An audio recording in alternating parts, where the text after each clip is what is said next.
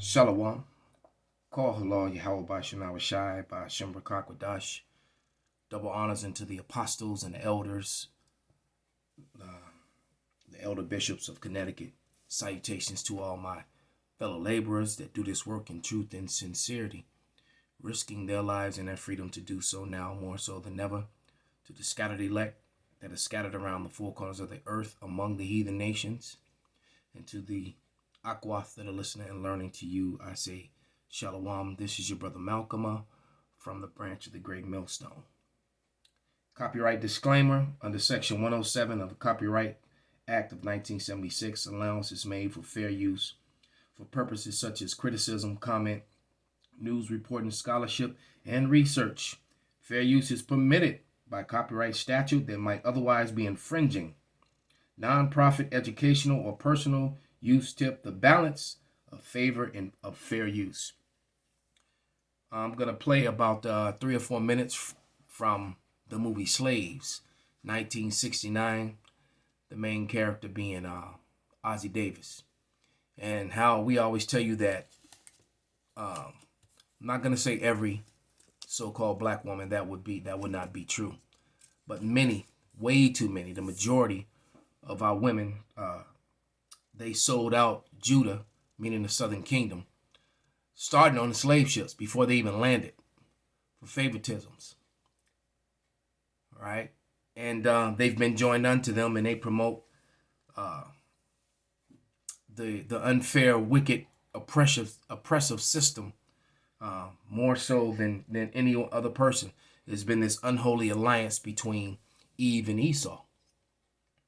When you go to the court system, which is extremely oppressive, most of the workers that work in the offices that support the unfair and unrighteous decrees that are placed upon the men of Israel, often the women, it's our own women that work in these places, that have employment in these places on a position of manager and that whole sort of thing. You go to the criminal court system, which is very unfair and unbiased. The face you're often going to see is the so-called black and Latino woman. All right, just as much, if not more, than the so-called white woman. All right, but with any further ado, we're gonna let, like I said, a couple minutes of this video play, and then we're gonna go into some history. All right, we're gonna use the Young's Bible Dictionary, and we're gonna use the book, because he's gonna mention Timbuktu. We're gonna use the book From Babylon to Timbuktu by Rudolph R. Windsor. That would be this book here. All right, From Babylon to Timbuktu. All right, the history of ancient black races, including the black Hebrews, Rudolph R. Windsor, which pretty much gets everything right except for Japhet. Japhet is not the so-called white man. But I actually think that Rudolph R. Windsor is well aware of that. I think if he'd have told the 100% truth on that, they wouldn't have allowed him to make this book, because there's no way you can find out all the information that he found out using the relics and the resources and not figure out that the true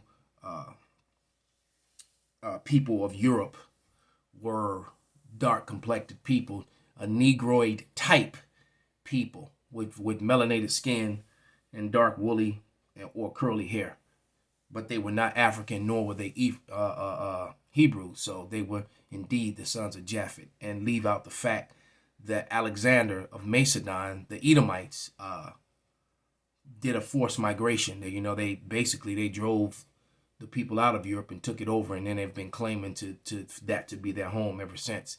And those very important details are left out of history, which is why a lot of people are confused and think that there's two sets of so-called white people, and there is not. All right, the true so-called white person, all right, not one that just looks like one. That's a different video for another time, because, but the true so-called white person, all right, who is truly the seed of Esau, Edom, their origins was not from Europe. It was south of Israel. But without any further ado, the movie Slaves, featuring Ossie Davis, a young Ossie Davis.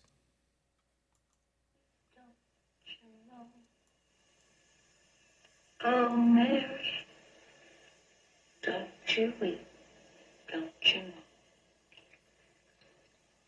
Pharaoh's army got drowned. Now she's talking about Pharaoh's army.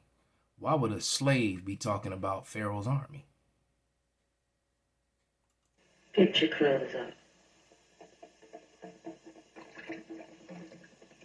Take hold of me good and pleasure me, Nathan.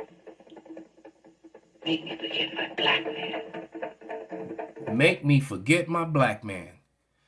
And guess who she's talking to? Take me. Massa. All right. Which, you know, these proud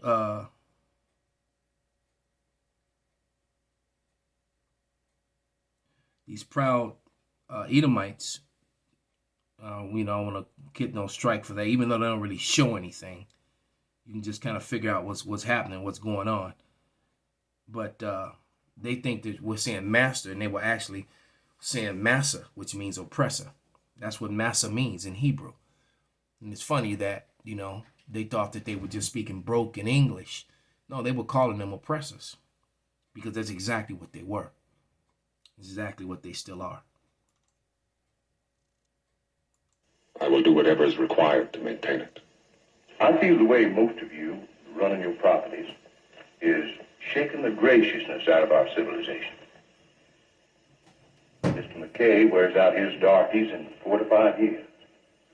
Mine live out their entire lifetime. Then why do you have more runaways than all of us put together? We'd better all understand this darky we own, gentlemen. He's the only self-reproducing machine in the world. Gotta know how to run it. I first met him in Africa as a young man when I ran a ship in the illegal slave-running trade, before I settled down here in the very legal slave-driving cotton trade. Boys, attend to the gentleman.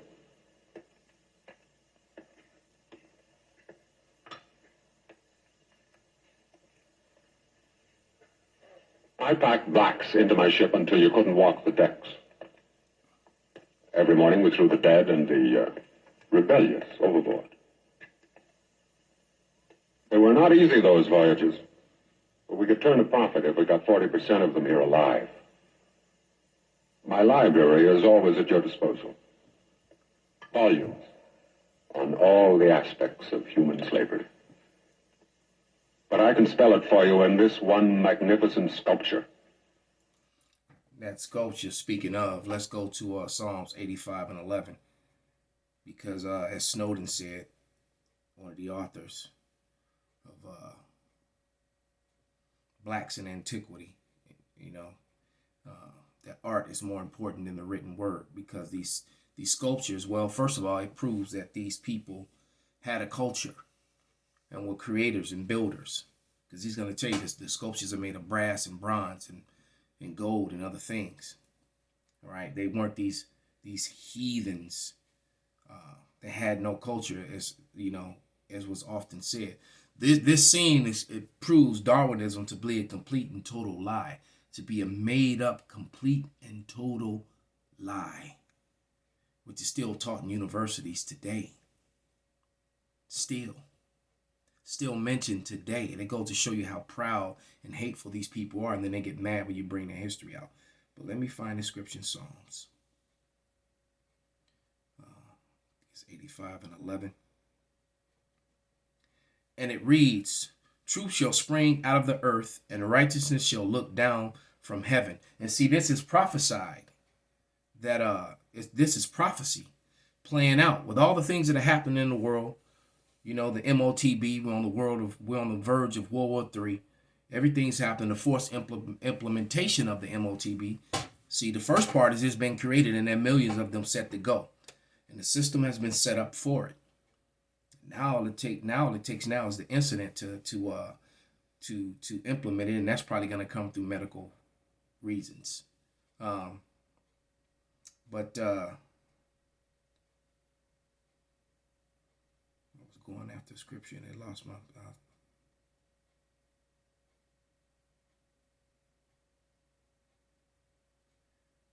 But you know what? Maybe the Spirit will bring it back. But while I'm doing it, I'll just grab this one. This is Habakkuk. I remember what it was. Salakia came back to Wadi Halbashim Awashai. Yeah, this is part of the prophecy. This is 2 Thessalonians 2:8. And it reads, "And then shall the wicked be revealed, whom the Lord shall consume with the spirit of his mouth, and shall destroy with the brightness of his coming." And the portion of him being revealed with the spirit of his mouth is the prophets. All right, mainly the men of the great millstone and those who teach the likewise doctrine.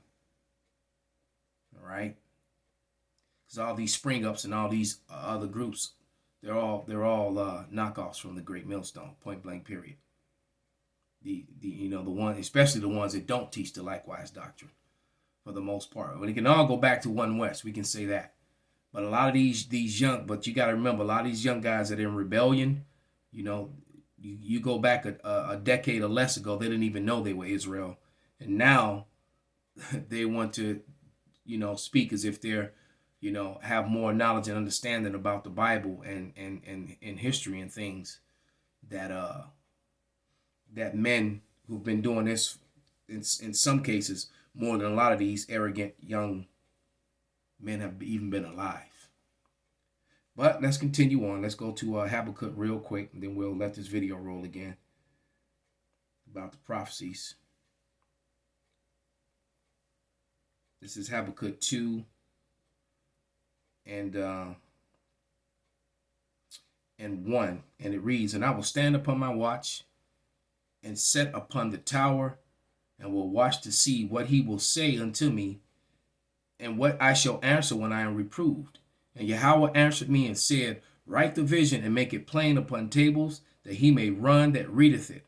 For the vision is yet for an appointed time, but at the end it shall speak and not lie.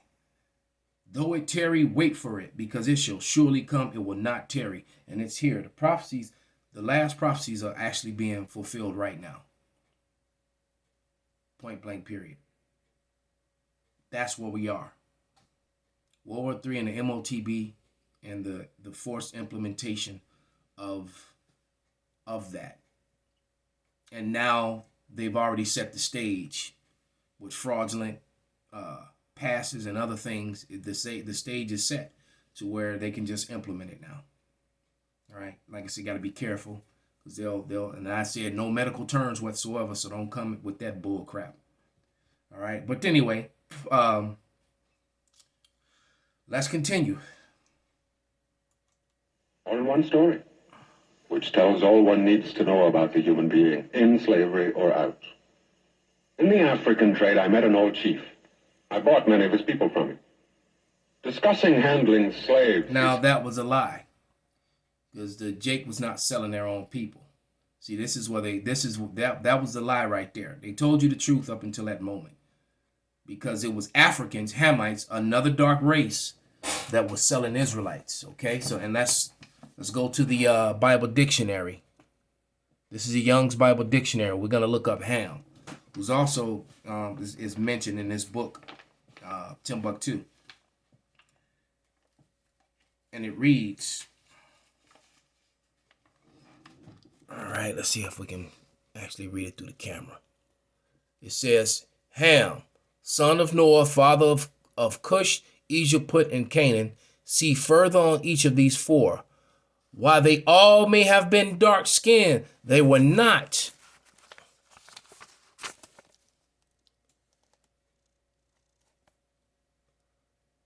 Forefathers of the Negroid races." Who are those Negroid races? All right. Latinos, Negroes, Native Americans.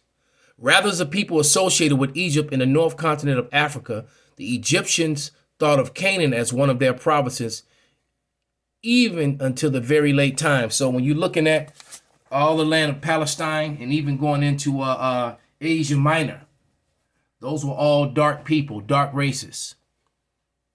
Whether it was Ham or Ishmael, they were all dark-complected people.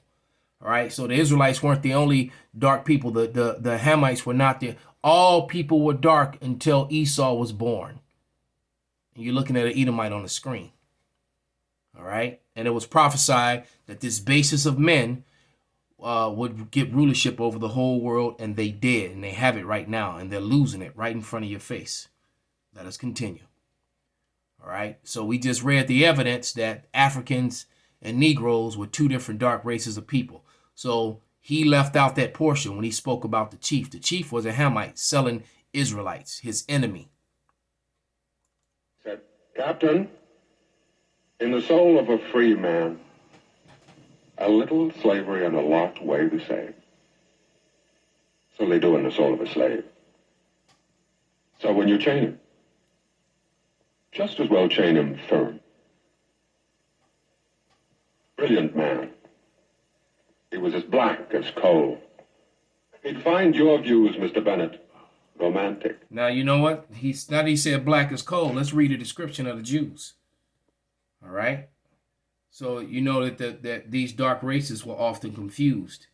You got to remember, the Egyptians, the Hamites, mistake the Israelites for Egyptians when Joseph died. Okay. But let's go to Lamentation 4:8. This is talking about the lamentation of the Jews, right? Of which was representation was really of the Judeans, or the southern kingdom, which represented Judah, Levi, and Benjamin. All right. This is Lamentations 4:8, and it reads, "Their visage is blacker than a coal." All right. They are not known in the streets. Why are they not known in the streets? Because they're called Negroes. All right. Their skin cleaved to their bones. It was withered. It has become like a stick. So, otherwise, what I'm telling you is that the Negro was created, or the nigger was a creation of the so-called white man. He created that. Okay. Dangerous. I know you all wonder why I keep these things in my house. They make you uncomfortable. Me too. That's why I keep them here. Ivory, stone, wood, bronze. Don't gawk, boy. Get that tray filled. Boy! Did you hear me? Yes, Master. Don't talk back to me. Replenish the tray.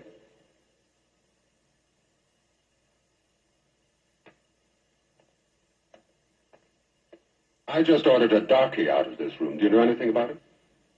From his facial characteristics, his people probably came from the Songhai tribe. The area around Timbuktu.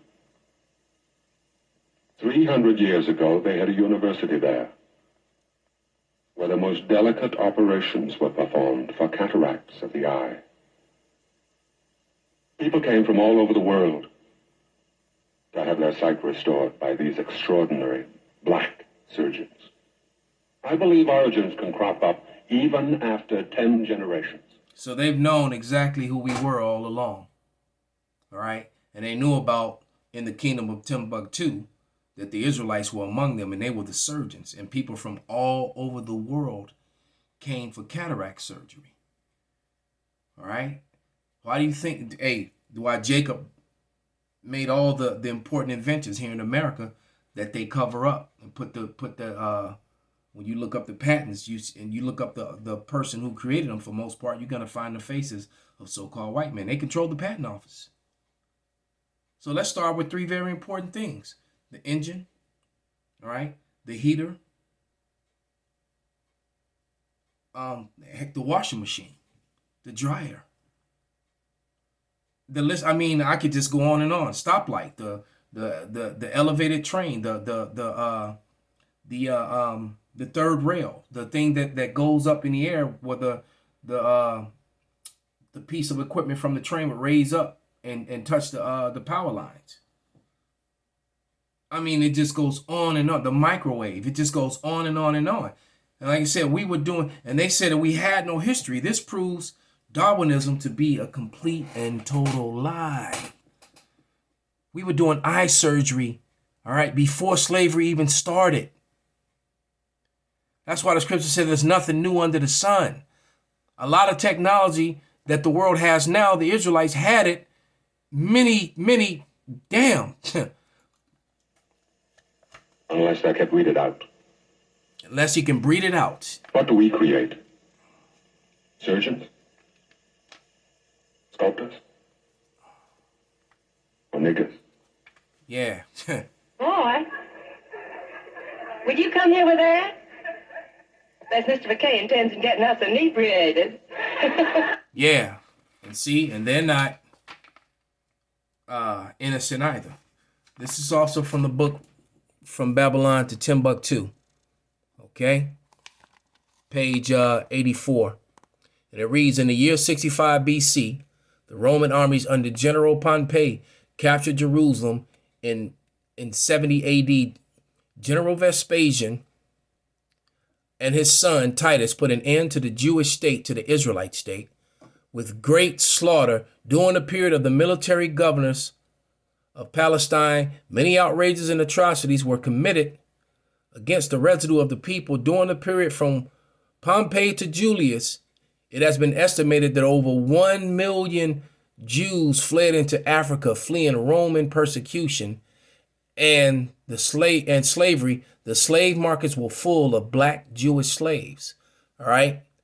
And and it mentions Deuteronomy 64, the one of the curses, and which is amazing to me how people try to discount the curses in Deuteronomy as if that's not talking about the so-called Negroes, because it's clearly not talking about the so-called Jewish people.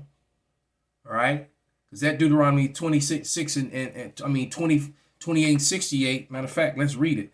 That is a smoking gun. That's the videotape of the incident that they try to destroy. They try to hide. But this is he just talked about how they were throwing the sick overboard and the rebellious. And if long as all they needed was 40% to survive the trip in order for them to profit, man. And how rough that trip was. This is Deuteronomy 28 and 68. And the Lord shall bring thee into Egypt again. Egypt meaning bondage. Will bring you into slavery again. Because remember, they left Egypt. They left bondage. All right. And the Lord shall bring thee into Egypt again with ships. So I've asked this question 1,000 times. All right. When was the Burns and the Finkelsteins and the Silversteins and the Goldsmiths? All right. The Applegates. When the Stones. When did they go into slavery on slave ships?